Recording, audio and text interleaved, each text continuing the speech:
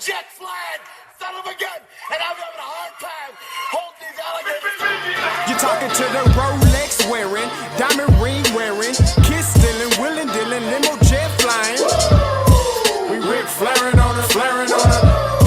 We Rick flaring on us. You talking to the Rolex wearing, diamond ring wearing, kiss stealing, willing dealing, limo jet flying. We Rick flaring on us, flaring on us. We Rick flaring on us, flaring on us. It's apparent these girls staring. I'm Rick flaring, gold across my chest. I'm fresh to death, I'm Paul Bearing, not at all scary. When I open like Betty Wops and find to these circles that's going in like a carry shot. Woo! I'm going in like a Mary Pop off that Mary Crop at the top flow at the Marriott. So questioning me is like questioning you. See, we the best dressed, so come and get blessed with the crew. Not one but two, different ways to slaughter your crew. Committed tat across the chest, I guess she blessed with the truth. People want to see them checks, representation of proof.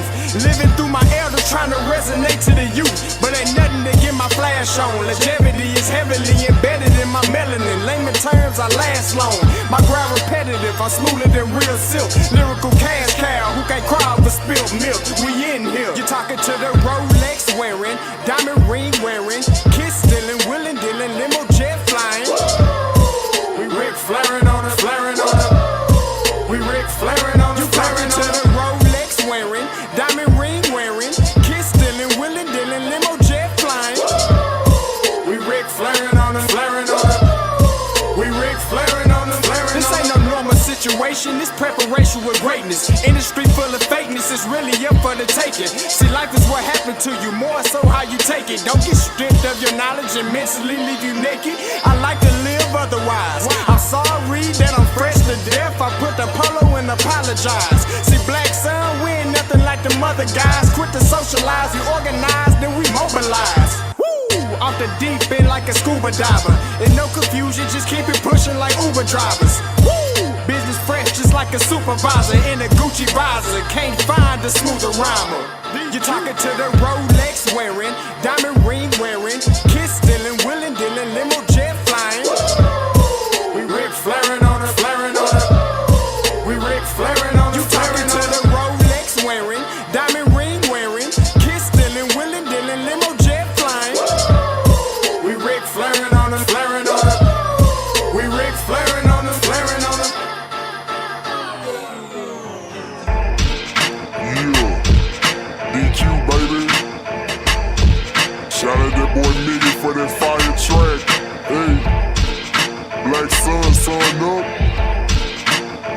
What's up, Vinny Vegas? What in Vegas? Yeah.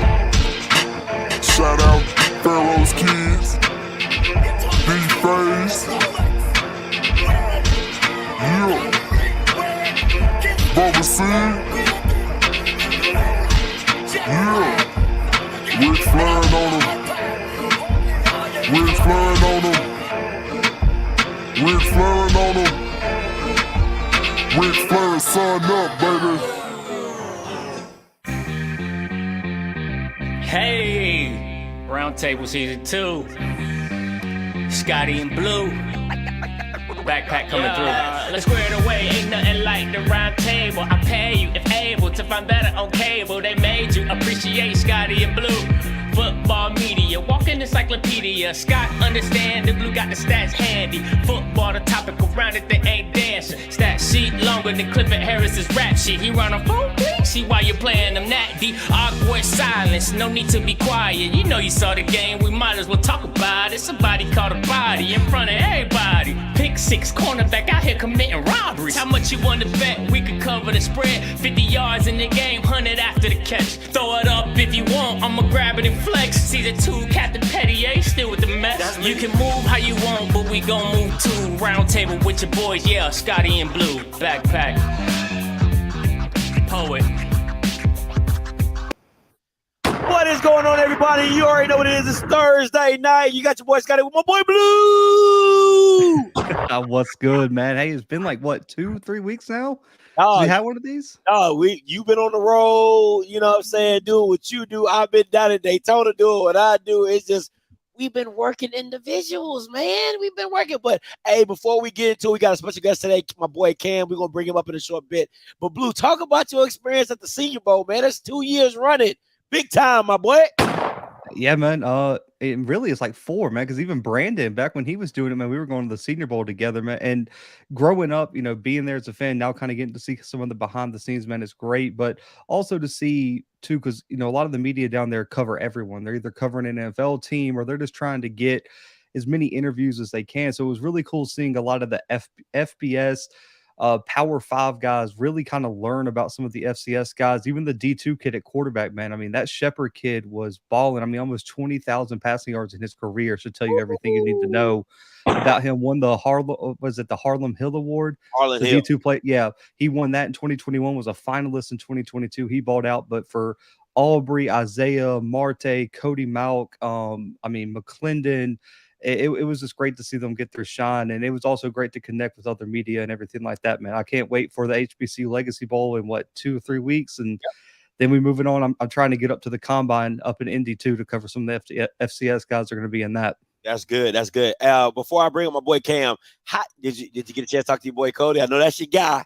Oh yeah. I got an interview with Cody. You already know. Got him after practice on day 2 and working behind the scenes right now to get a big, interview on the channel after he gets done with the combine. So working to get that as well. Awesome. All right, let's go. Hey, listen, man, you can catch my guy Cam. He has a podcast, Intel Podcast. He actually currently works with ESPN Legends. Please give it up for today's special guest, my boy Cam. What's good, guy? What's goody? Hey, not much. Still grinding. Still producing content with my podcast. Still writing for HBCU Legends. Great to be on. I've been prepared for this moment throughout the last few weeks, so I can't wait to get started. Appreciate it, even though you was late. Appreciate it. Listen, you already know when you're dealing with me. You better best to be on time because I'm kind of like prompt-ish when it comes to my channel. But anyway, listen, let's get to a hot topic today, fellas. Aubrey Miller denied to the NFL Combine. Listen. Hang on. Why'd you word it like that? Like he tried to show up and they were just like, listen, you ain't got the credentials. Like he didn't get invited. Like this, but the fact like denied is such a harsh word there. That's what happens when you don't listen. If you don't get invited to the party, you got denied. You ain't getting in. You know what I'm saying? And no shot to my boy Aubrey. You know what I'm saying? Met his dad. Good guy. Love them. Great people. Blue, from what you saw at the Senior Bowl, one, do you think he deserved to get invited to the NFL Combine? And Cam, I'm coming to you with everything going on with HBCU rising and the football players. Do you think they need to expand the NFL Combine? Blue, I'm going to go to you first. I am surprised. I thought him and Marte Mapu from Sacramento State were probably the 2 biggest FCS snubs. Now, there could be an argument that, he felt like he had such a good Senior Bowl that going to the combine, there could have been an argument that going to the combine, it might not have hurt him or helped him. He showed what he could do on the field, and that was the most important thing for Aubrey, which is, can he cover? That was he went down. Yeah, he went down in Mobile and showed that. So I don't think it's like this big blow that everyone's thinking it is, because going to the combine isn't a golden ticket to get drafted, nor is anything else. The opportunity he had, he showed out. But I will say there is an issue with smaller schools getting opportunity. I think there was 319 invites, 8 FCS guys. Wow. That only works out to about 2% of the players are from FCS, and I think we had 2 or 3 D2 guys on top of that. So you're looking at such a large bulk of Power 5 guys getting those opportunities. You can't tell me that. Even if you want to increase it to like 20, 25 FCS guys, like it doesn't make sense why they can't get that opportunity. And for Marte and for Aubrey to be the only 2 FCS guys outside of the long snapper, he don't really count. What are you going to do at the combine? But like the only 2 FCS guys not to get an invite to the combine from the Senior Bowl is pretty crazy to think about. But I am happy for Mark Evans, man. Everyone knows that's my guy. Yeah, he's the best HBCU prospect in this draft class, and I'm really glad that people are going to finally be able to see his athleticism, because I think he's going to test really, really well in Indianapolis. Got you. Now going to you, Cam. You can touch on the Aubrey Miller thing, but I want to know: is the NFL Combine becoming too archaic in the way it's hyper focused with Power 5 talent? I think so.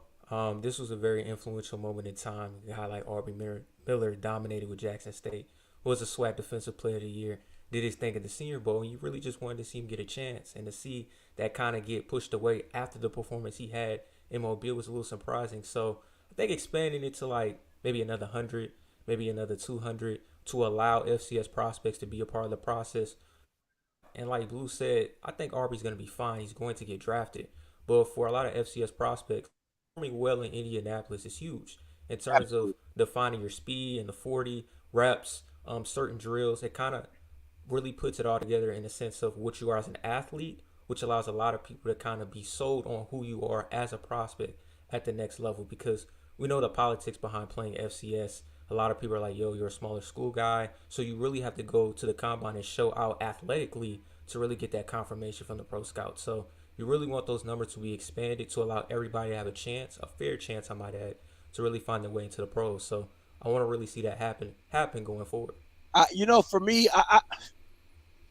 people say like, hey, if you don't go to the NFL Combine, it's not an end all be all. But what I say is publicity makes noise. But I remember when Vernon Davis ran a 4.4 on it went, man, Maryland was a buzz. Do you hear me? It was crazy. And he shot up from being a 4th or 5th round pick to being a 1st round pick.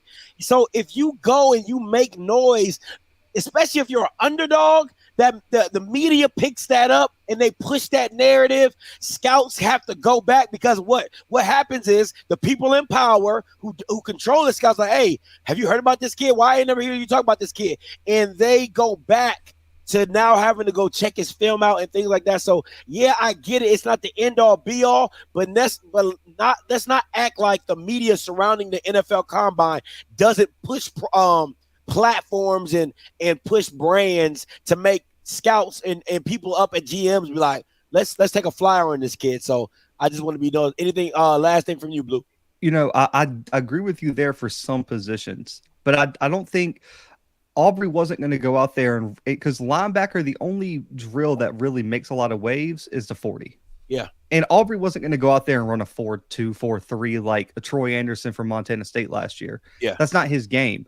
His game is more of in-game and downhill, and he just needs to show himself in one-on-ones, and that's not what you are at the combine. So I feel like for a prospect like Aubrey, Senior Bowl, missing the combine is not that big a deal. Getting to the Senior Bowl was a way bigger deal. For Isaiah, though, having to show his athleticism due to a position change, much more important. The snub of Marte Mapu, who's moving from safety to linebacker, he would have wowed at the 40, wowed at all the agility drills in that linebacker group. So guys who have to show their athleticism, that's a way bigger snub. Aubrey's not a finesse player. So his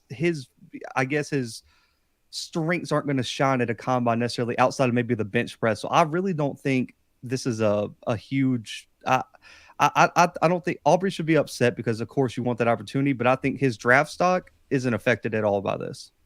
Well, see, let me ask you guys, let's go around hot take real quick. Where do you see Aubrey Miller getting drafted? Cam, you first. 5 to 7. Day 3. Day 3 I think is realistic. I think the ceiling would be 5th. The floor would kind of be 7th. I do feel like he performed pretty well at the Senior Bowl to solidify himself to being drafted, but it really comes down to fit, because I think I don't know if long-term he's an ideal middle linebacker, but maybe if he goes into a linebacking room that's kind of already established at the mic and he can play off ball, he can find his way within the starting lineup and be productive there. I think ideally, him in Kansas City would be dope, because he's a Kansas City Chief type linebacker. They're like a lot of downfield thumpers. They got like guys that go sideline to sideline, make open field tackles. I could really see him in a position there. And last year, Kansas City made a lot of waves getting HBCU prospects from Joshua Williams, Brian Cook, and guys of that nature. All right, like it. What you got, Blue? I say 4th to 5th, late 4th, somewhere in the 5th. I talked to probably 4 or 5 scouts at the Senior Bowl, and they all gave me 5th round. And so I can see potentially a team taking a waiver on him late 4th if that's just like their guy and they want him. but I would say probably around the 5th round is where you'll see Aubrey go. So early day 3, and I think that's a great draft grade for an FCS guy, man. Like, just get on a roster and go ball out. No, I agree. Listen, I'm still on the day 3. I think he's 5th to 7th. This is what usually comes down to the NFL. It's like you see him, you like him, but you're like, can we get him as a value? That's always how the NFL works. I want to say this very clear to all the Aubrey Miller fans. I'm not saying he's not worth a 5th round pick. What I'm saying is this: in the NFL, it's like they go discount shopping. They want to get you at a bargain price. If they feel they can wait another round to not pay you as much as they want to pay you, what you think you're worth, they will try to get you there. So I wouldn't be surprised if they try to get him in the 6th or 7th round and throw a flyer like that. I'm going to throw another one to you guys. Isaiah Land, right? Very tweenerish, played some middle linebacker at the Senior Bowl. Played it pretty well. Listen, I'm going to say this before we get going that. FAMU did him a disservice by not having him have more film as an outside linebacker. What they did to me is when you're the biggest kid in AAU basketball and they put you at center and you're like, bro, you're not going to be 6'6" when you get older. You're going to be like 6'2". So he doesn't know how to play the point guard position now because now you're in college, now you're in high school, and you got to play point guard. You're not the center anymore. And I think that's what FAMU did. And when you saw him play the middle linebacker, he looked damn good. So, Blue, I'm going to start with you. Isaiah Land, where do you see him landing at? No pun intended. I say day 3, somewhere in between the 5th, the 7th. I think he's another guy who, can someone scoop him up as like their target in day 2? Yeah, but I think he's going to come somewhere in the 5 through 7 because at least he can play special teams and he can be a specialized pass rusher, which is going to add to his value, which is why I don't think he's going undrafted. But a lot of NFL coaches don't want to have to try to figure out where you go. Facts. And so the fact that he's a tweener is going to take away from some of his value. It's not like being a versatile defensive back and you can play multiple positions. It's like, is he even going to make it as an edge rusher? It'll be interesting to see, but I think he's a day 3 pick for sure. What you got, Cam? 4 to 6 because he showcases versatility at the Senior Bowl as a legit linebacker and then as a pass rusher. He added some weight to his body type. I think that's really what he needed. And he was able to showcase against, bigger tackles, his ability to use his hands, his speed and whatnot. And so because of that, it allows, I think, defensive coordinators to have a field day in finding out what he does well. So I think guys might take an early flyer on him in the 4th round, 5th round, and 6th round because of that newfound versatility that he showcased against elite talent at the Senior Bowl. Listen, I'm still on the fence of 5 through 7 with him as well, and this is why I say that. And I kind of go with Blue where it says guys don't like I don't want to figure out where you got to go, right? I rather know that you can play certain. See, the thing with Isaiah Land is that like good example with Houston, right? He's a tweener, but he can rush the passer. And he can play linebacker. So it's like, where does he fit for your team? With Isaiah Land is like, you can rush the passer. I kind of saw you play a little bit of linebacker in a short stint. You couldn't really blitz. We couldn't see that. We didn't really see you in a lot of coverage. So I think him doing the NFL Combine is going to be huge to see his speed, to see his athleticism, how he moves his hips and things like that. But when you're that much of a project, I wouldn't be surprised if he goes undrafted. And it's a team takes a priority free agency with him because you're like, listen, we'll just pay you $30,000 to come in here and show us what you got. You know what I'm saying? Or we'll pay you $50,000 and come in here and show us what you got. So, I hope he goes 5 through 7, but if I could see him being a priority free agent just because he's too athletic to not do something with him. You get what I'm saying? And shout out to the XFL and the USFL. Those are always options. I know people want to go in the NFL, but with the options allowed today, he can definitely go do some bigger things and everything. All right, guys, I'm gonna turn it to you. Y'all want to go signees or you want to go rankings? What we doing? Your call, Cam. You the guest. Yeah, you're the guest. Come on, man. You're the guest. Let's do rankings. All right, let's get into rankings. All right. Lord. Here we go. Let me take this banner down so you guys can see this. I'm just praying for Cam. There's that one in the West that I know people gonna be upset about. Oh, damn, Southern that low. God y'all. Yeah, we got to start with that, Cam. Yeah, What's up with Southern at 6, bro? You're not about to get us abolished because now you must have more credibility because you walking in here doing the Southern last. You have to explain that one off the rip, sir. Please go ahead. I just really like UAPB small class. And I know you guys got them like 6, but I just feel like they had a lot of recruits coming in that I feel like can play immediately day one. And outside of Southern, I think the only guy that shined the brightest to me was Jalen Woods. I'm a big fan. I think Jalen Woods is Deshaun Watson-esque. They have similar play style, similar throwing motion. I like the accuracy and the upside. But I thought UAPB brought in, I think, impact players as true freshmen that could come in and make some noise. And then with Grambling, I kind of like what they're bringing to the table speed-wise offensively. And I'm a huge fan of a quarterback recruit that they got from Kentucky. Last name is Jones. He's like Bashawn McCray, but he can actually play quarterback. So I think those two elements in my eyes kind of propped them up in that division. And Southern last. Nothing against Southern. Man. You know, I'm from the state of Louisiana. I grew up watching the Bayou Classic. It's nothing personal. But I think that's really what I weighed in when I had the rankings out west. Hey, what's your IG so people can come find you? Go ahead, put the IG out there so all the people be like, go find it. Boy, you about to be heavy in them SWAC Sports Central group. Anyway, Blue, what? Let's go to yours. Me and you have Southern 4th. Why did you put Southern 4th?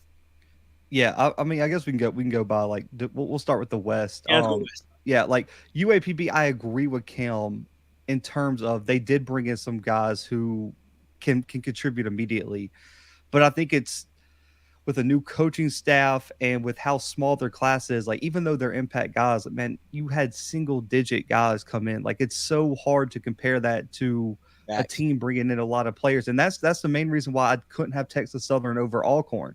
I thought Texas Southern brought in a lot of great guys, but the numbers like at times weren't there either. And there were a few guys that stuck out that I don't think is going to be able to, and hang on. I hate reading the comments too. This has nothing to do with who beat who last year. It's purely who you signed. That has zero, I didn't even look at the schedule, but Grambling, I agree.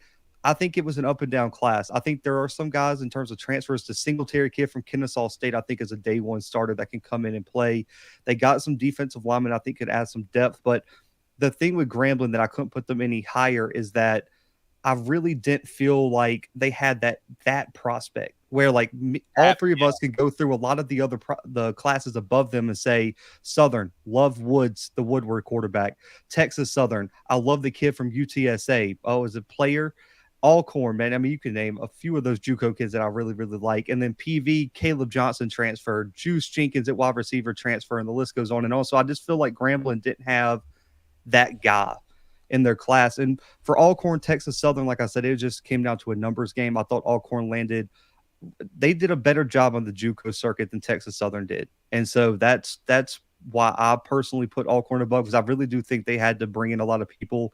But I don't expect Texas Southern to sign a lot of guys. Scotty, we talked, man, when you got, 60 freshmen out of 65 scholarships, like how many people can you – Yeah, so they matriculated with the team. That's why I'm like, it's different between UAPB and Texas Southern because UAPB lost a lot of people in the, with the transfer portal and the changing of coaches. So I'm like, you coming in signing 6 people, bro, you got a haul of 20. Like, what are we doing? Yeah. You know what I'm saying? So it's just, I agree with you on that aspect, Blue. Let me go with UAPB. I like the guys, and I like their Arkansas guys. He made it his mission to sign the Arkansas guys, so I give him that. But it just wasn't enough to me to put them past Grambling and Southern and things like that. Grambling, I love the kid from I believe it's from Ruston, the receiver. I love him too, bro. Man, yeah. I love that kid. I'm a fan. Yeah, I think he's huge, but it, like you said, even with him, it's just like, it's a whole bunch of diamonds in the rough. It feels like to me, like, and I know we don't go star crazy on this channel, but it's just like, can I get one? Can you give me 1 3-star? Can I get a couple 4 stars?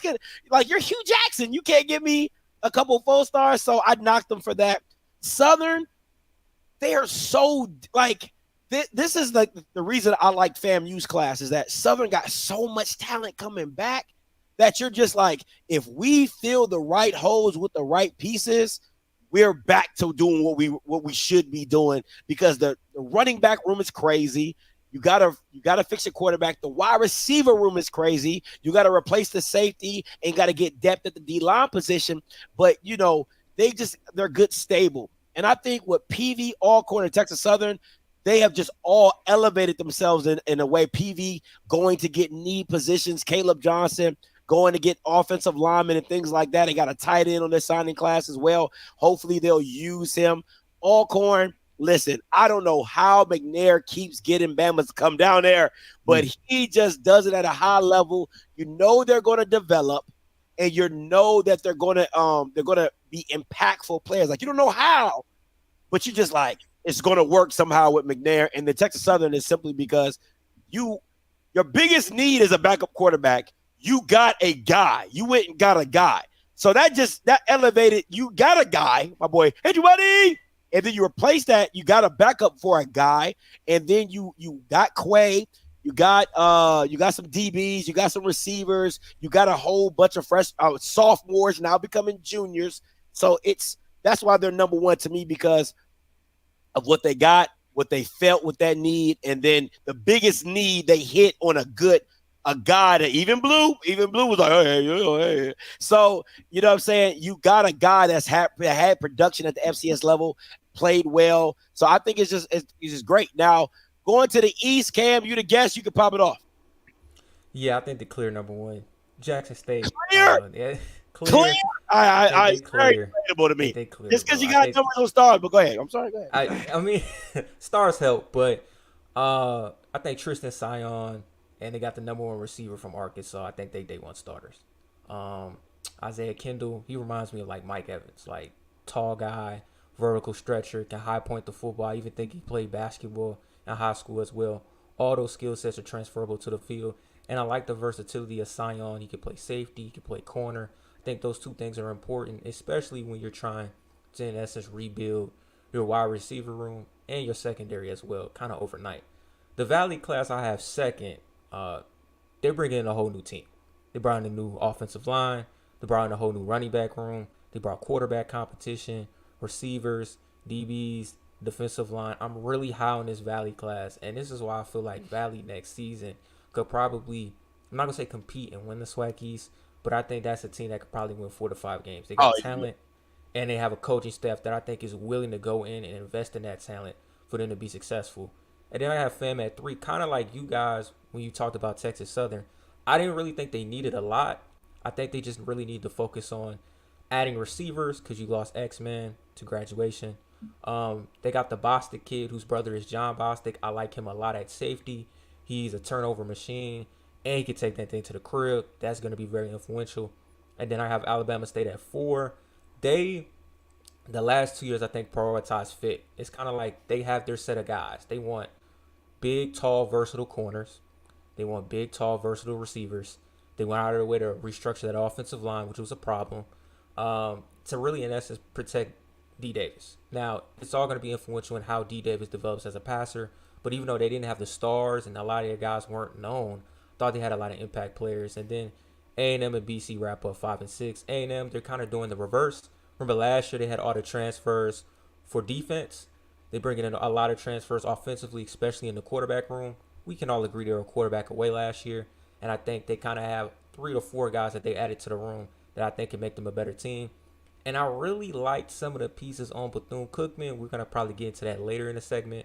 I know yesterday somebody said they was gonna win 6 games. I don't see that happening, but they have legit talent, I feel, in their recruiting class from the state of Florida, and it shows speed-wise. So that's my top 6. Listen, Adrian, it's me and Blue. Okay, there's 2 people on this thing that got Valley at 3. So let's not act like it's just me out here. We both see something special in what Valley is doing. So I'll go, and Blue, you can end it for us on the East. Listen, man, I'm going to start with Alabama State. And Alabama State, I ain't even talking about Bethune. I don't give a damn who they got. They going to suck. So shout out to them. Shout out to the players, but they going to suck. All right, Alabama State is this.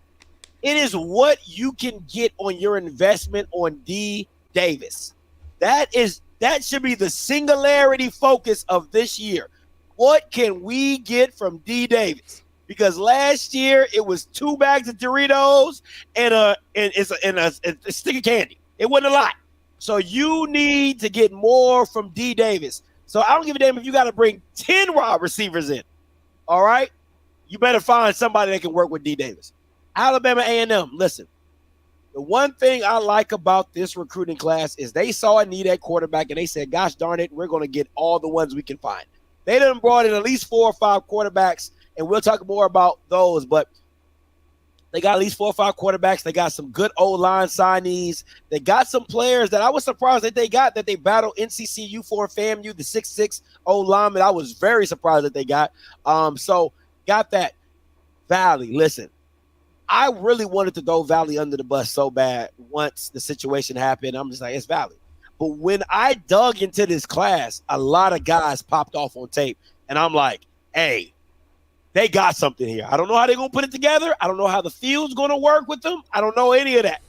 But on tape, they got some guys, and they got a quarterback, Sis. Is that how I pronounce it, Cam? Yes, Sis. Skits, that boy, if he was not 5'10" or 5'11", I promise you he is a group of 5 talent. He's that good. Jackson State, listen, man, I just believe it's a lot of icing with no cake. The issue for Jackson year in and year out is always offensive linemen. It's not the flashy people on the outside. It's not the safeties or the DBs or the wide running back. It ain't none of that. It is the offensive line. And Maximus Gibbs is a huge addition that he didn't play last year. I totally forgot about him. But I just wanted to see more brought in on that side of the ball. I really didn't think you needed to go out and get all the flashiness. You had to go in the trenches and fix your trench play. And I think that wasn't the focus I would have liked to see on. It was a lot more on the flashiness of it. And then FAMU to me is like, listen, you got to get FAMU number one because they've been kicking ass and recruiting, just trying to build this team up to beat Dion. The second part of this is this for me. They finally got receivers over 5'11". Okay, like that's huge for FAMU. If you don't know that, that's huge because they believed in 5'10" and below. But they got some guys, big guys, 6'2", 6'3" guys that can go get the ball. They flooded the running back room. Hopefully they run the ball. And they got some guys in the DB areas to replace some of the losses that they got. I'm excited for this class. I think it's a solid class. That's why I went with them as my number one. I felt as though their needs got filled more than Jackson. That's my personal opinion. Blue, you can close it out. Yeah, I mean, I think it's pretty self-explanatory on Bethune-Cookman while they're at 6. I think Alabama A&M and Alabama State are kind of like 4A, 4B for me. I just, they're kind of in the same boat as Grambling, where it's like they didn't land that game changer that I think is going to come in day one and just like change the program. But they did land some serviceable guys that I do think will start this year and plays some key roles on the team. It's just with both of those teams, they've really and truly, I mean, I don't think outside of Alabama State's D-line, I don't think they were really devastated at any position where they just like were desperate for anybody. So I'll put them in there. Valley, I agree with you, man. Listen, this was secretly one of my favorite classes in the entire FCS. I mean, they killed the JUCO circuit throughout Mississippi in terms of running backs, offensive linemen, defensive backs. They went and got 2 kids from Delta State. Caleb Canada is going to be a day one starter for them, and he is going to be an absolute stud. And they just consistently met all their needs. They got a really athletic quarterback that'll be interesting to see how they fit into the scheme. And I think if Valley can do anything, man, they're going to be able to run the ball next year. Yeah. They got some monsters at running back, man. And even if they don't have a quarterback to throw, you're going to have to stop them running because they're going to run 40, 50 times a game if they have to. And so got to give them some credit. They added some size to the offense and defensive line. So I'm extremely excited to see what Valley becomes. Listen, I agree, man. Jackson and FAMU both had great classes. But when I look at Jackson's needs, man, Landon Jason Brown, who's already an all-conference FCS guy, has done it in the FCS, really and truly was a huge point of emphasis for me on the class. Also, DeAndre Towns Blue, who's a JUCO All-American from Lackawanna. Listen, Scotty, I know you said they didn't bring in an offensive line. I'm telling you, this kid's all SWAC next year. He's that good. 6'5", 330, and can move. man, sign me up for him. And he was an absolute animal when he was up at Lackawanna. And then also on top of that, you look at some of the transfers they got. Asias Guthrie is kind of getting lost in the mix as it's been so long since he transferred to JSU, but he counts for this recruiting class too. And play. Yeah. I mean, this is a freshman All-American, all-conference MEAC player.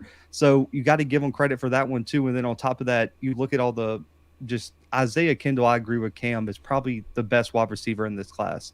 I don't think he's the flashiest in terms of speed, anything like that, but I'm talking about if you just put it within his catch radius, he can go up and get it. And also he turns it up in the biggest moments. I went and watched his playoff film this year from when they were running through the playoffs.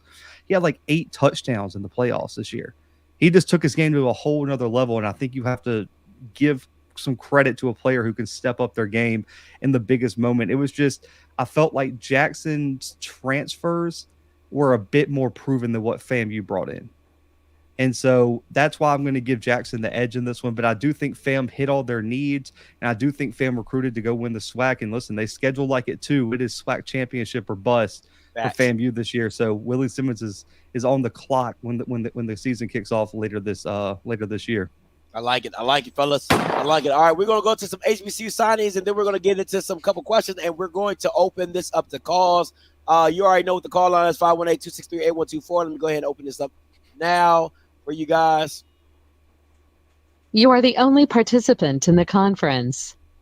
All participants are muted. All right, listen, these are my signees that I think are going to be game changers in the HBCU community. Listen, Demario Smith, I cannot say enough about this kid. I promise you, if you turn the tape on this kid, he is a Power 5 talent.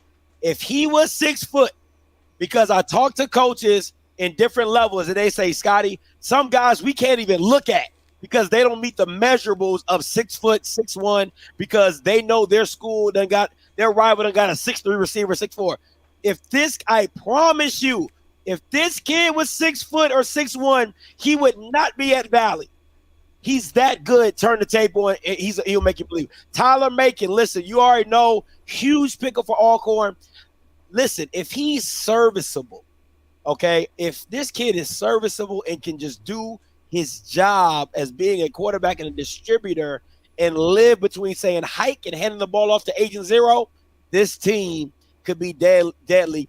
Jordan Franklin from South Carolina State. Listen, I don't know if you've seen this kid's tape or not, but I'm telling you right now, this kid can do it all. This guy got kick returns on this thing. He playing linebacker. He playing safety. Like, it don't matter. The kid can do it all. Whatever. He's a pure athlete.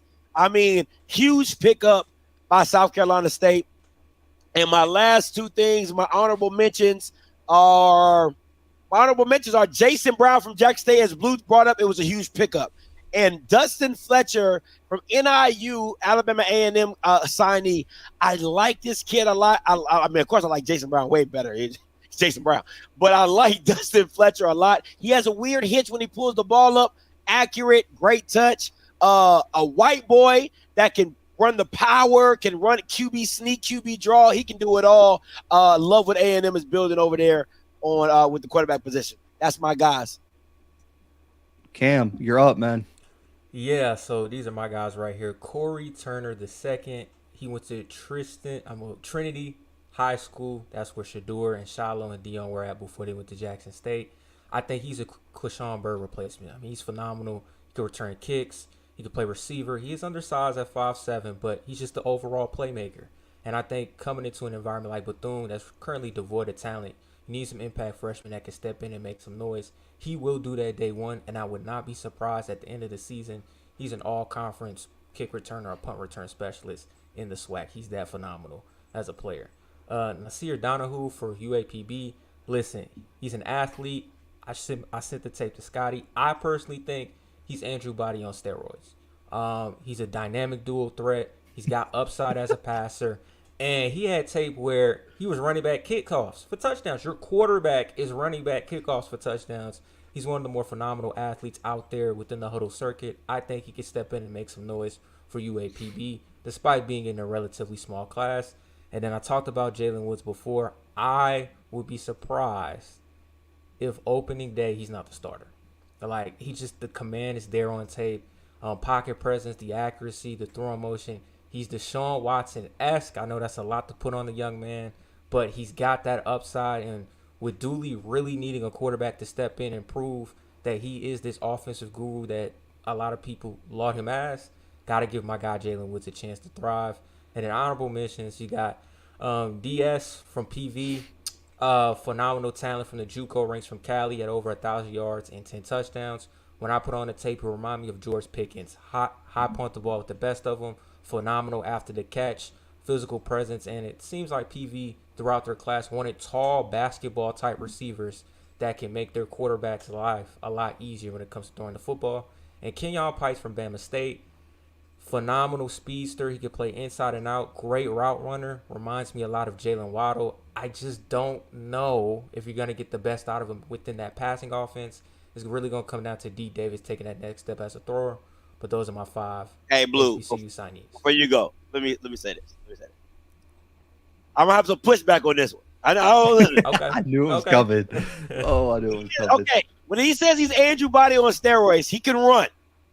But let's not act like my boy Andrew ain't the top 4 passer in the state of Texas. Okay, Andrew was slinging that thing. So Nasir, he can run it.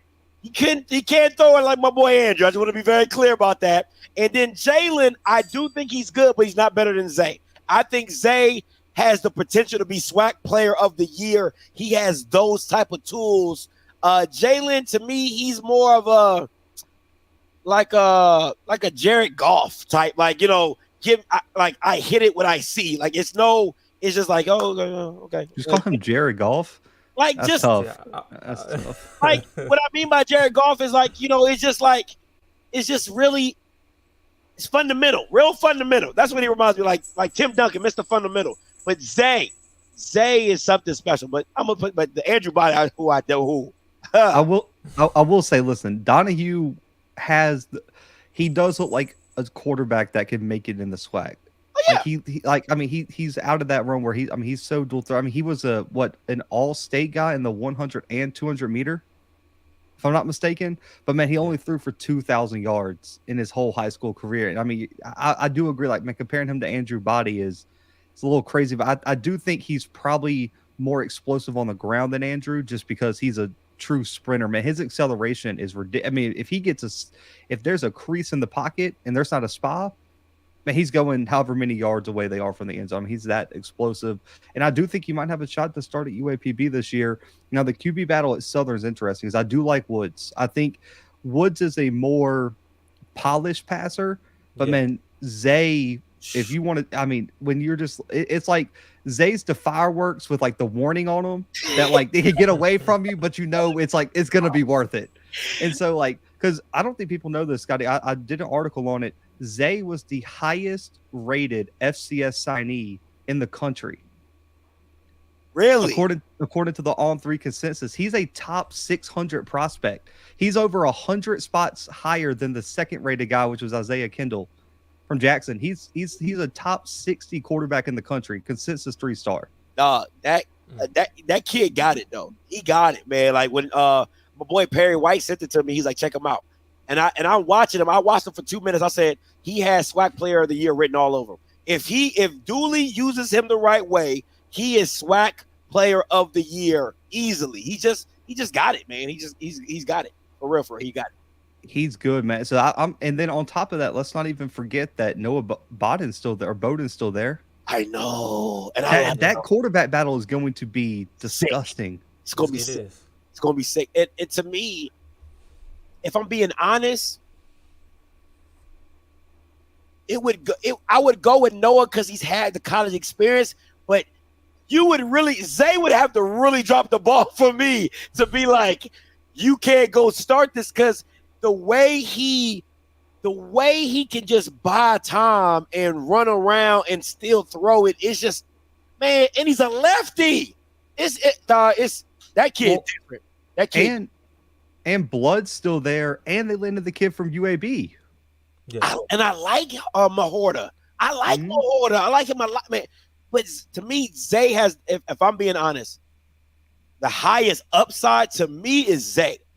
Yeah. That he has the highest upside. I think Jalen, and I know people killing me about the golf reference, but if you watch golf if you go back and watch golf at the Rams, a lot of people said if it wasn't drawn up for him, he couldn't see it.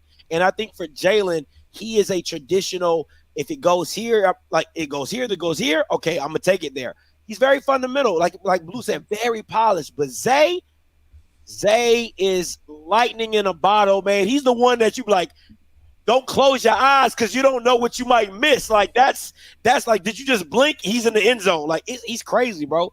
He's crazy. That kid's special. That kid different. But go ahead, Blues. My bad. He definitely is. I tried to spread mine to the MEAC a little bit on one of mine, but man, I had to start with Zamarian Kendall from Valley at running back. Man, he's a 3-star, the highest rated Valley commitment in school history. Wow! Since they started ranking recruits. Out of Memphis, man, 5'11", 202. I will say, man, watching his film, Scotty, I've already told you this. I don't like speed backs that just have. Listen, I don't need a back who can only get me yards when he's not touched. I need a guy who is a man in the box and can get me 6-7 yards even when people touching him, and that is what Kendall is. He is a workhorse in terms of, man, this is a guy you can give the ball to 25 times a game and not worry about him. And he's due to take one to the house. He's great in open space, but he just doesn't have that, like, what is it, the Florida breakaway speed that everyone wows at. Yeah, but listen, that first contact, not bringing him down, and I love that in him. And he's just an angry runner. He seeks out contact, and I absolutely love that in running backs. I guess that's just my offensive lineman talking, but gotta love it. And then Asa Scott for North Carolina Central, I think, is a dark horse MEAC Defensive Player of the Year candidate next year. This kid's that good. He's out of Georgia Community College or military college, whatever it's called, and they have produced multiple top players that have went on to P5s and everything. But Asa Scott missed some time this year, the middle of the season, due to injury.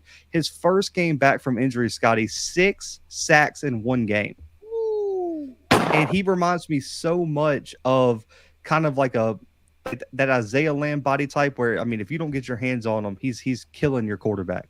And he also comes with a lot of power. And this is a guy, 12 tackles for loss, 13 sacks last year. And he only played, I believe, like 7 games. So he's got the production, and his film, he just pops off the film consistently. 6'3", 230. If he can put up 245, man, he's gonna be unblockable in the MEAC next year. And that's one thing I'll say. Central did not have a bona fide pass rusher last season. Agreed. If he develops into this, Central is going to be one of the scariest teams to play in HBCU football next season. And then my final one is Deco Wilson, safety transfer from Jacksonville State, 6'1", 204 out of Talladega. This is a guy who has already been proven, over 75 tackles at Jacksonville State, had a pick last year, 5 pass breakups, a forced fumble. He can play down in the box. He can be a deep cover safety. He can step down into the slot. He can fit a lot of different positions, but they needed someone at safety that had experience because they were so young last year at safety, and coming into this year, they were still young.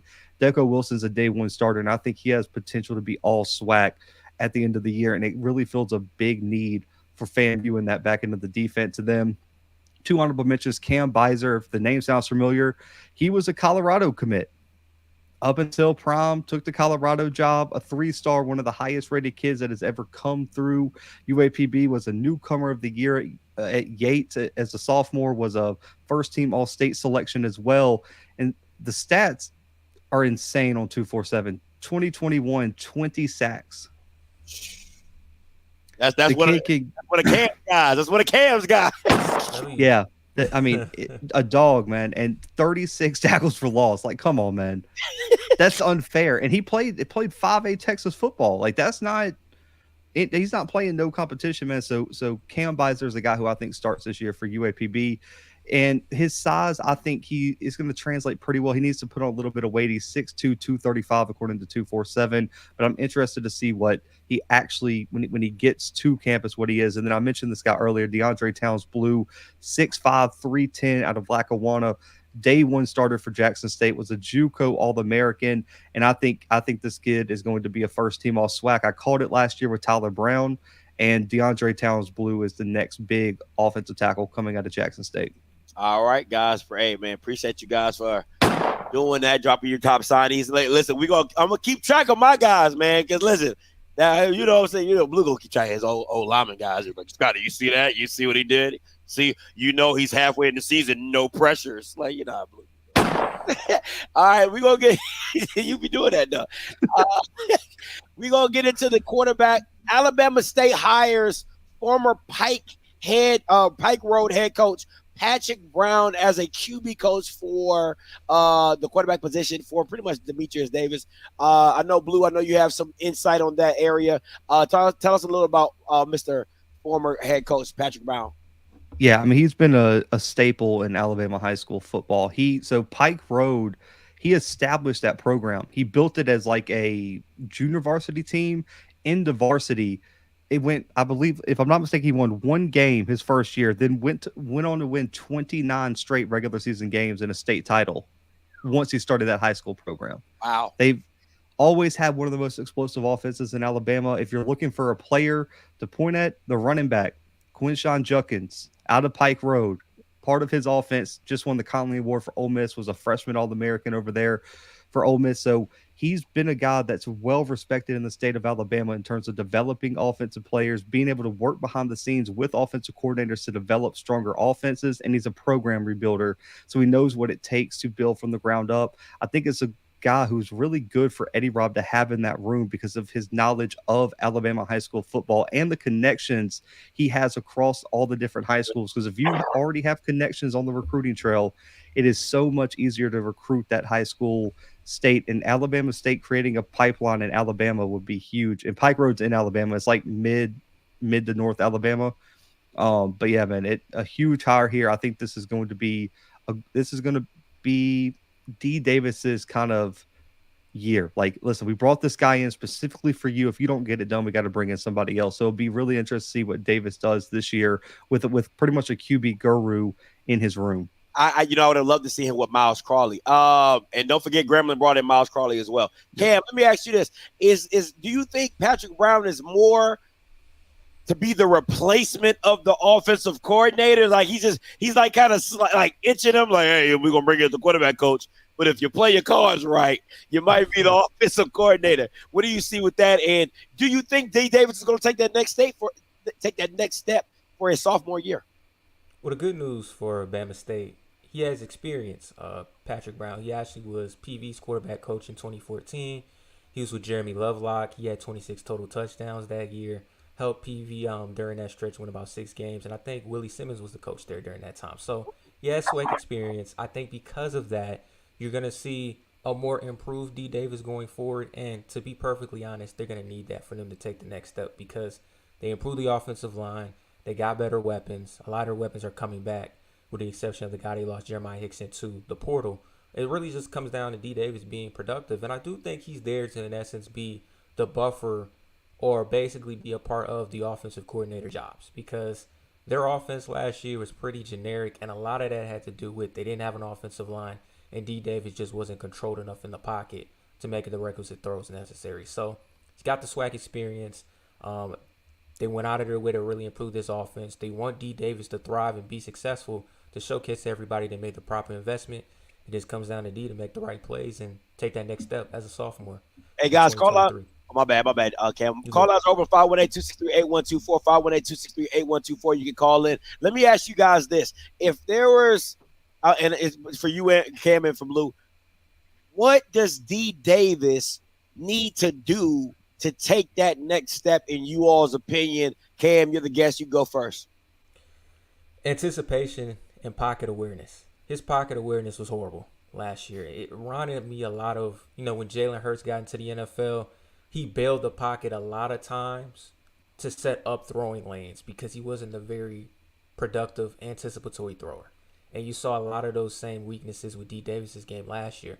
Some of it had to do with their interior offensive line was horrible. But other times he had enough time in the pocket and he just bailed because he wasn't confident enough to really read it, throw it with perfect timing, and hit his guys in stride. And so those are two elements within the passing game he has to work on and he has to develop for his game to take the next step. Because if it does, I could really see Bama State being rather productive offensively next season. What you got, Blue? Yeah, I agree. His accuracy and pocket presence has to be there because he has good pocket presence when he needs to escape. but he doesn't have good pocket presence on when just to move up, avoid the pressure while keeping his eyes downfield. Like it's either like you got to run or he's throwing it on this first read. I just want to see more progressions, him work through the offense better, and just have a better overall command. And I expect that in year 2. For me, you just got to limit just bad passes, man. There was too many times where the wide receiver potentially was open or could make a play, and he missed them or didn't get the ball there to him. So I just want to see him be more consistent in that aspect. And I'm hoping, because I agree with you guys, if he can take that next step and be a top 3, top 2, potentially even SWAC quarterback, Alabama State's got the defense, and I think they could be a real threat with a legit quarterback. I think, and I'm gonna go with, I like what William Gray said. He can make throws. He's a gamer. I know he's a gamer. That's one thing about D Davis you can never take away. I think in the biggest moments, the tightest moments, he didn't lose the UAPB game. Let's just be very clear. That game, he put them on their back to drive them up, had some drop passes, running back fumbles, and things like that. My issue is he doesn't make all the throws. That's my real issue, is that the routine stuff is not routine. And listen, you can't live and die with big plays in SWAC football, right? It just doesn't happen like that, because it's not going to always come about to where you dodge 3 people, you spin out, and you throw a bomb, and that doesn't always happen like that. And the talent level is going to consistently get better across the board to where you're going to have to play good, solid football, very fundamental style or very consistently. And that's the part of D Davis's game that has to take the next step, is being consistent at being routine. 1, 2, 3, it's not there, check it down. Like it's that stuff. It's not 1, 2, 3. He's like, and then that's when he becomes special, though, because he's like, damn, how you roll out of that? Damn, how you get out of that? So it's, and I said it out, and it's the same issue I had with the guy from Campbell. I was like, when you're more cognizant of being a runner than a quarterback, I don't want you. No matter how special your feet are, if you're more cognizant of being a runner than being a thrower, it's going to come back to bite you in the butt. And that's what it has for D Davis. But hopefully he can take that next step, because with Shador leaving, it leaves a hole at that top spot. Like, you can have Andrew at number 2, but that top spot is left open. You can have Jason Brown there. I mean, we know what he can do, but Shador is based off his production. That's why I'm giving him that top spot. So I'm curious to see what happens there in that top spot. My another question for you guys is, overall, where do you think the quarterback play in the SWAC will be coming into next season? Blue. In terms of I don't think there's like an NFL prospect in the SWAC next year at the quarterback spot. I don't know. I mean, coming into the season, what you got, Andrew and Musa are like your 2 proven guys, I would say. And then after that, you got the kid at PV, who's more of a runner than he is a thrower, but at least, he is a winner. You got Aaron Allen coming back, who's going to have to battle Tyler Macon for that job. Southern got like 7 dudes who are battling for a QB position. Jackson State's got a 4-person battle for QB. Alabama State, you got D Davis, but you potentially you brought in 2 quarterbacks, a JUCO kid who could challenge them. Alabama A&M, you might have to run the Wildcat next year. We'll find out. But Bethune, you don't know. So I don't think quarterback play is going to be great. I think the teams who win each division will probably be good, like have pretty good QB play, but I think there's a steep drop off from like the top 2 to the rest of the SWAC. What you got, Cam? I think if we're thinking pro, I agree with Blue, but if we thinking SWAC, I think a lot of teams will have a competent enough quarterback to win games next year. And I think that's really what you need. We saw A&M last year literally struggle because they didn't have competent quarterback play. Valley struggled a lot because they didn't have competent quarterback play. Grambling struggled a lot because they didn't have competent quarterback play. I could keep going, but I'm gonna stop. So the point is, the lack of competent quarterback play in the SWAC was paramount last year, and I don't think that will be as much of an issue this year, because one thing Dion said on Shannon Sharp's podcast, which I agree with him, he was like, "Look, the SWAC has to get better quarterbacks if they really want to contend with each other to come out as SWAC champions," and I agree. And I feel like everybody within the conference made a proactive effort to get some guys in the room that could at least challenge for the starting quarterback spot. And you really just want a guy at the collegiate level that if you scheme it up, he can hit it consistently. Yeah. That's it. Consistent. Now, if you get everything else after that, like on some Patrick Mahomes, Texas Tech type stuff, that's a bonus. But you really just want it to be lined up and hit it consistently. And I think about 6 to 7 programs within the conference are going to have that come week 1. So that's promising to say the least. And that's what it goes back to when I say if Jackson State doesn't bring that style of defense back this year, you're actually doing yourself a disservice, because literally all Jackson State made you do, other than trying to block them up, was can your quarterback, because it's open, it's in trail, ain't nobody over top, it's open. Can your quarterback hit that 3 out of 6 times? Can he do it? And a lot of times they just couldn't make those throws. And then you see everything else just goes kaput, because we can load up on everything else, because we can stop everything else. But can your quarterback make that throw? And we'll challenge you to do that. I like this question for you guys. And start with you, Cam. Top 4 HBCU players, goals in the NFL draft, best guess in order.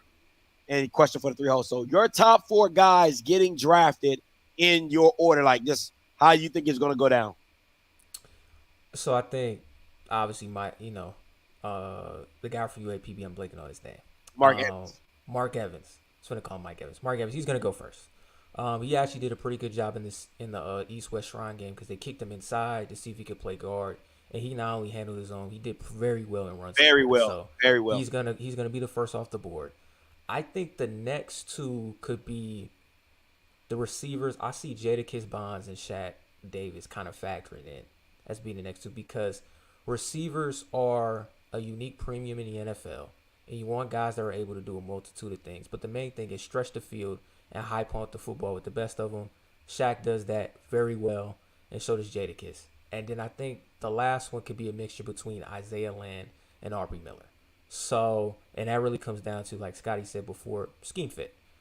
Who do they prioritize the most in terms of how they acquiesce to the defense productively? I think those are going to probably be the top 4 to go off the board.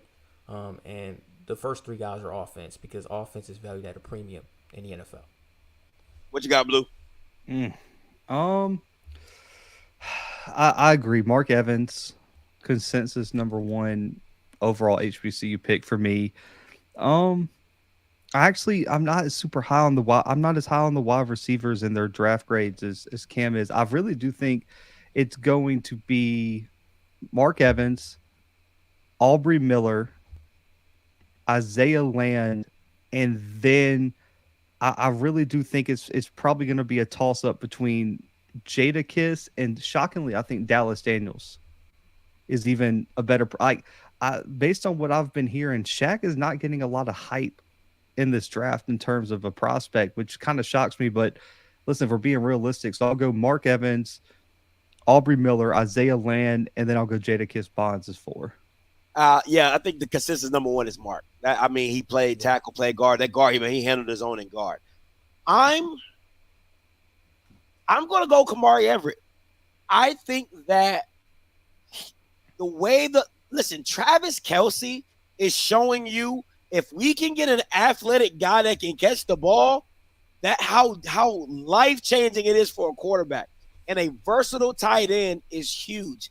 Now, I don't think he had the best game at the East-West Shrine. He did really well in the practices. But I would go with Kamari Everett because of his size, his ability to catch the ball, his pass radius. You can line him outside. Listen, the offensive coordinator in his junior year did him a world of the tape is just astronomical compared to his senior year. They literally, I talked to a couple players at Bethune. They said it was backyard football. They just say, hey, Kamari, you go here. Kamari, you go there. Kamari, you go here, and we'll throw it to you. So that really did him great. So 2 would be Kamari. 3 would be Aubrey, and then 4 would be Shaq. Listen, man, you can't teach height. You can't teach height. 6'5", the boy can go get the ball. I mean, you just can't teach it. At the end of the day, his route running is You know what I'm saying? Dallas Daniels, to me, if I'm being honest, he isn't special at really anything, right? Like, he's just solid, but he's not special. Like, he's not super fast. His hands aren't all world. He had a lot of drops during this season, did not help him. But his route running is really good. But you can find anybody at the Power 5 that can do that, if I'm being honest. He just isn't that special to me to be like, oh, you're draftable. So that's why 6'5" that can go jump and can run like a gazelle, give me that kid over the 5'10" slot guy that I can find anywhere in the Power 5. I can get a white boy from North Dakota State to do that. You know what I'm saying? So he's just not that special to me. I think Aubrey Miller has solidified being drafted. One, because of his physicality. That hit that he put on that running back. Listen, man, that's life decisions. Okay, like Aubrey Miller coming at you full speed in the A gap is a life decision. I mean, do you want that? Do you not want that? You know what I'm saying? And the only thing I kept knocking him was, can he cover? Can he cover? And Blue, you remember the guy from the Senior Bowl? I get the guy from Cincinnati who said the same thing. He said, you only use me as a blitzer. That's all they hear. You're a blitzer. You're a blitzer. He said, I came here to show you I can cover. I'm a football player. And I think that's the same knock on Aubrey, and he showed you that at the Senior Bowl. So those are my top 4 guys. Now, that doesn't mean the way they will be drafted, because I do think Shaq will go ahead of Aubrey because of just being 6'5", run like a gazelle. But, if I was ranking them top 4, that would be my top 4 guys. Yeah, and it's tough to just have 4 because I have been hearing, even Scott to the Senior Bowl, saying Isaiah Bolden, just strictly based on his return skills, has a chance to get drafted early day 3. And there's a precedent too. Now, if you remember, he was a really good wide receiver. He was a better wide receiver possibly than the comparison. But Montrell Washington from Stanford goes 5th round to the Broncos, only because, look, that Florida performance where he had 3 touchdowns, returned a kick. But listen, Isaiah Bolden and also the kid from Missouri State, Braswell, those are 2 specialist guys that from the FCS that might get drafted just based on their special teams. Listen, and the thing about Isaiah is to be 6'2" and can play in the slot, that is huge. You guys don't understand how big that is, because 6'2" guys usually don't move like that, aren't shifty enough to deal with the short guys, and then big enough to deal. Because you want an Isaiah Bolden wide in the slot because he can play the tight end Travis Kelce, and then he can also play against the white boy from the Rams. You know what I'm saying? Cooper Kupp. So he's physical, big enough to hold him, and he's quick enough, and he's also big and strong enough to go against the Travis Kelce's, the tight ends of the world, the Dalton Schultz. So, and he can return. So, and he's fast as crap. You know what I'm saying? So, I talked to somebody from Deion's camp. They said he's going to run 4.3 in his pro day. They said it's a guaranteed he's going to run a 4.3. Said nothing less than a 4.4. So it sees something special. It says, where do you see Nugget getting drafted? I heard from a Deion camp. They said he's going to run a 4.3. And I've talked to Nugget. I talked to his camp. They said that a lot of scouts are looking for his 40. That's what they're really hesitant on, because they said he ran a 4.5 at Jackson. And a lot of teams kind of like 4.5. And they said, from what I was told from Nuggets camp, is that it was clocked wrong. And it's been that 4.5 is stuck with him for pretty. So he's waiting for his pro day to really show up and show out that he's that guy at the 4.3. But I think listen, I'm gonna be honest with you. I think Nuggets the best corner out of the Jackson State guys. Like, I think he's the best technically sound corner. Now, you might not agree. He didn't play a lot. He's the most physical. He's the most technically sound. I'm just telling my opinion, but that is what it is. I know Blue would disagree, but I mean, I think he's probably the best corner coming out of Jackson, like pure corner. But listen, the truth at the end of the day, this isn't Georgia, this isn't Alabama, where you can produce at a average rate and get drafted. If Marquise Bell is an undrafted free agent, yeah, Nugget is an undrafted free agent. Yeah, I'll say this. I heard from a good scout friend of mine that Marquise Bell's off the field issues at Maryland I heard that. Yeah, is the reason why he did not get drafted at all, because they had him as a 4th round, like legit had him as a 4th round. So that's what I heard. Blue, you heard the same thing. So I just I wanted people to understand, like, it wasn't not because of his production. It was because of his off the field issues of whatever. So I'm looking at it like this. I do agree with Blue. Nuggets field production did not help him, especially this year. Like, he was really a non-factor. Like, your junior year, anyway, it didn't help. Yeah, I mean, it was like he produced in the spring really well. Then his next year, the coaching issues off the field kept him off the field the whole season. And then this year, it didn't translate because there was a kid that they were trying to spotlight that took up a lot of snaps, and we'll just keep it at that. And so, like, he just kind of got caught by the wayside. And looking back, we'll see what happens. But listen, I think people get too caught up sometimes. There's only 260 something picks. You got 130 FBS schools, 130 plus FCS schools. You got the D2 guys that they get drafted. You're gonna have the one kid from like NAIA that gets drafted in the 5th round for some reason. That's a lot of schools and not a lot of picks. You don't have to get drafted to go to the league, and it's just going to be a tougher routes. But I just think people get caught up, and it's like, well, why isn't this guy getting drafted? It's like, well, when Georgia's having 18 picks, and LSU's having 10, and Bama's having 9, and Oklahoma's having 7, Texas is having 3. It's like those picks start to. So you've really got 130 FCS schools fighting for maybe 10 spots? Yeah, maybe. So it's like it's a lot more exclusive than people think, and so it's just tough to project that. I think Nugget will be good wherever he winds up. I also do think he's going to move to safety when he gets to the next level. Really? I think he's a better safety than he is corner. Way better safety than he is corner. I watched his JUCO film. NFL scouts saw that. He's moving to safety at the next level, if I had to bet. He's a ball hawk. Like, he's a ball. Yes. Okay, let me say this, and Cam, if you want to jump in here, we're not trying to. This is my thing. Travis Hunter is not a DB. He's the kid that you can put anywhere and be like, hey, go do something for me. But that does not mean that is his position. He plays it because he's an athlete. Hey, listen, I'm an athlete. I can do it. He is a wide receiver, okay? Travis Hunter is a wide receiver. I will be flabbergasted if he is starting corner at Colorado. It would blow my mind if he's a starter. Now, if he's starting corner, if he's starting wide receiver, makes absolute every bit of sense. He's not better than Nugget. He's not better than Isaiah as a DB. He's a talent, because if he sees the ball, you're in trouble. I'm going to tell you that right now. If Travis Hunter can see the ball, you're not getting it on him, right? That's what it is. That's why you got to throw it over his head. He has to be trailed and throw it over his head, whatever. But he just is not. He's not physical enough. He's not sound enough. He's just an athlete, literally playing DB. And in the SWAC, you saw that because he's just better than everybody else. I'm like, hey, you're just better than that kid.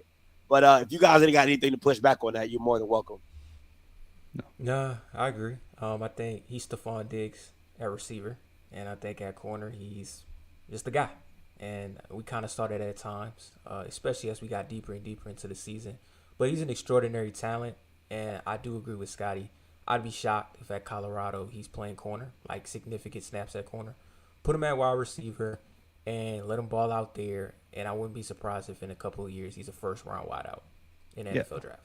I agree. I mean, he's a Bolitnikov candidate at wide receiver. Come on, talk to him. When he developed, I mean, he has the ability to be like a Jalen Hyatt, Marvin Harrison Jr., that level of wide receiver winning awards. Corner, he's good.